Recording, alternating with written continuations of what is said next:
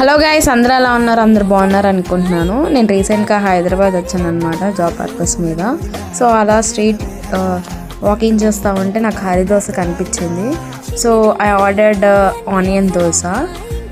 చూస్తానికి కొంచెం ఇంట్రెస్టింగ్గా అనిపించింది. So that's why I'm recording the video. మీరు కూడా ఎప్పుడైనా హరి దోశ ట్రై చేస్తుంటే డెఫినెట్గా కమెంట్ చేయండి మీకు ఎలా అనిపించిందో. నేనైతే ఆనియన్ దోశ ఆర్డర్ చేశాను. ఫస్ట్ అయితే ఇడ్లీ ఆర్డర్ చేశాను. ఇడ్లీ బాగుంది, చట్నీ వైజ్ కూడా చాలా బాగుంది. సో అందుకనే నేను ఆనియన్ దోశ కూడా ట్రై చేద్దామని చెప్పి ఆర్డర్ చేశాను.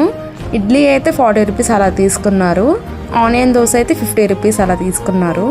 సో చూస్తున్నారు కదా ఎంత టేస్టీగా యమ్మీగా ఉందో చూడ్డానికి.